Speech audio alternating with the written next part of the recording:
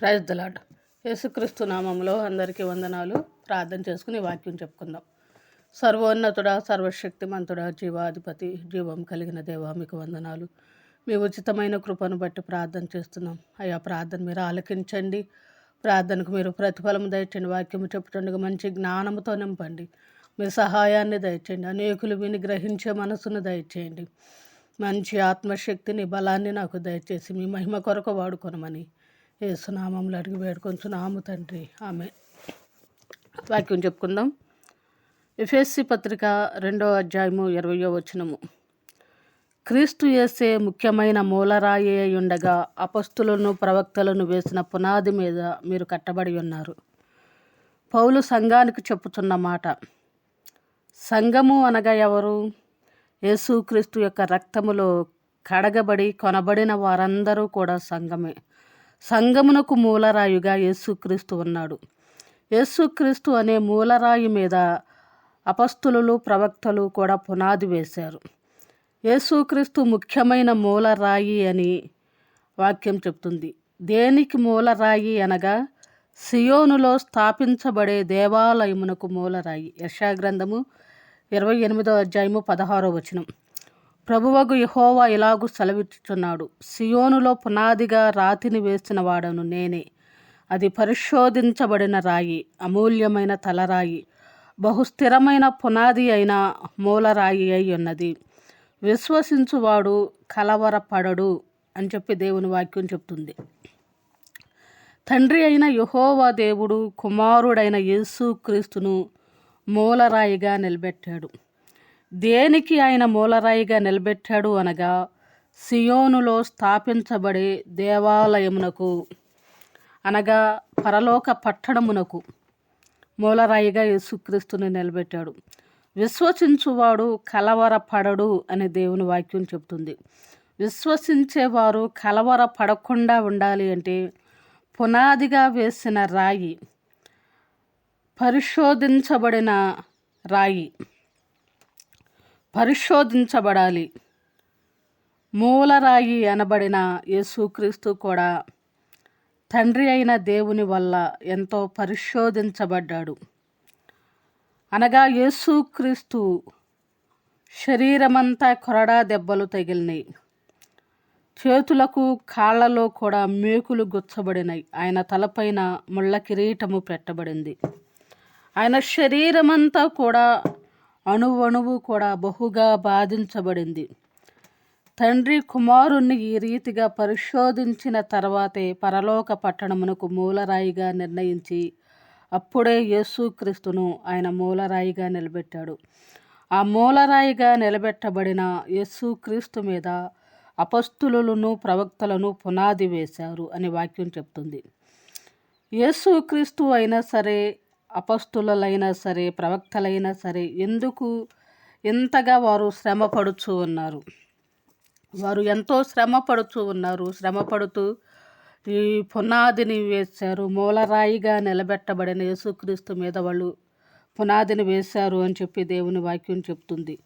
వారెంత శ్రమపడింది ఎందుకు అంటే దేవుని రాజ్యము కట్టబడు నిమిత్తము. భూమి మీద దేవుని రాజ్యము బహుబలముగా కట్టబడు నిమిత్తమే వారంతగా ప్రయాసపడ్డారు. నీ రాజ్యము వచ్చునుగాక అని పరలోక ప్రార్థనలో చెప్పబడింది. ఆ దేవుని రాజ్యమే భూమి మీదకి వస్తే భూమి మీద ఉన్న ప్రజలందరూ ఎలా ఉండాలి? నీతిగా జీవించాలి, న్యాయముగా నడుచుకోవాలి, యథార్థముగా జీవించాలి అని దేవుని వాక్యం చెప్తుంది. కానీ నేటి దినాలలో ఉన్న ప్రజలు దేవుని వాక్యాన్ని ఉన్నది ఉన్నట్లుగా పాటిస్తున్నారా అనేది ఆలోచించాలి. మందిరాలలో ఎంతోమంది కనబడుచూ ఉన్నారు, కానీ వాక్యానుసారముగా జీవించేవారు మాత్రము చాలా చాలా తక్కువగానే ఉన్నారు. ఎవరైనా మందిరములో కనబడడం మాత్రమే కాదు, కానీ హృదయాన్ని దేవుని వాక్యముతో నింపుకోవాలి.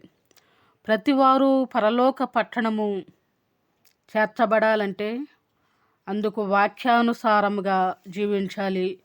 దేవుని కొరకు నీతిని, న్యాయాన్ని కూడా కాపాడుకోవాలి. పరలోక పట్టణానికి మూలరాయిగా ఎన్నో రకాలుగా పరిశోధించబడి, పరీక్షించబడి యేసుక్రీస్తు నిలబడ్డాడు. ఆ యేసుక్రీస్తు అనే మూలరాయి మీద పునాది వేసిన అపస్తులు, ప్రవక్తలు కూడా ఎన్నో రకాలుగా పరిశోధించబడ్డారు, పరీక్షించబడ్డారు. అయినా సరే వారు దేవుని కొరకు ఖచ్చితంగా నిలబడ్డారు. అనగా యేసుక్రీస్తులో నిలబడి ఉండి వారు పునాదిని వేశారు. కానీ మరి ఈ దినాలలో జీవిస్తూ ఉన్న మన బాధ్యత ఏంటి? యేసుక్రీస్తు అనే మూలరాయి మీద అపస్తులు, ప్రవక్తలు వేసిన పునాది మీద కట్టబడటము మాత్రమే మన బాధ్యత లేక మన పని. కానీ మనము ఖచ్చితంగా పునాది మీదనే కట్టబడుచున్నామా? పునాది మీద కట్టబడుట అనగా వాక్యానుసారముగా మన జీవితములను మార్చుకొనుట మాత్రమే కదా.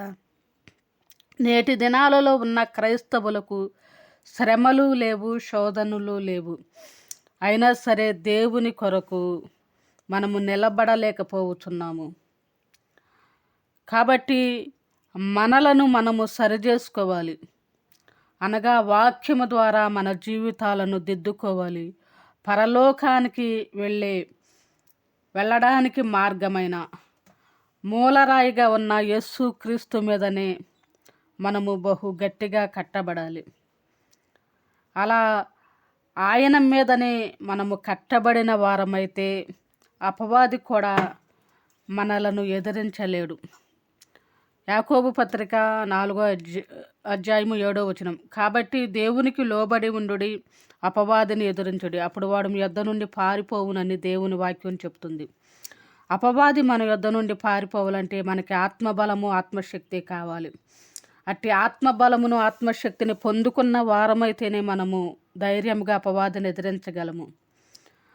మనము అపవాదిని ఎదిరించి దేవుని కొరకు నిలబడాలని, దేవుని రాజ్యాన్ని మనము సిద్ధపరచాలని యేసుక్రీస్తు మన కొరకు ఎంతో త్యాగము చేశాడు. ఆయన శరీరమంతా నాగటి చాళ్ల వలె దున్నబడింది. ఆయన శరీరములోని రక్తమంతా కారిపోయింది. ఆయన బహుగా బాధించబడి, బహుగా శ్రమలు పడి మనకి రక్షణను అందించాడు. అట్టి రక్షణను పొందుకున్న మనము యేసుక్రీస్తు అనే మూలరాయి మీద, అపస్తులు, ప్రవక్తలు వేసిన పునాది మీద మనము బలముగా కట్టబడి దేవుని రాజ్యము కొరకు ఎదురు చూద్దాం. దేవుడి మాటలు దీవించునుగాక.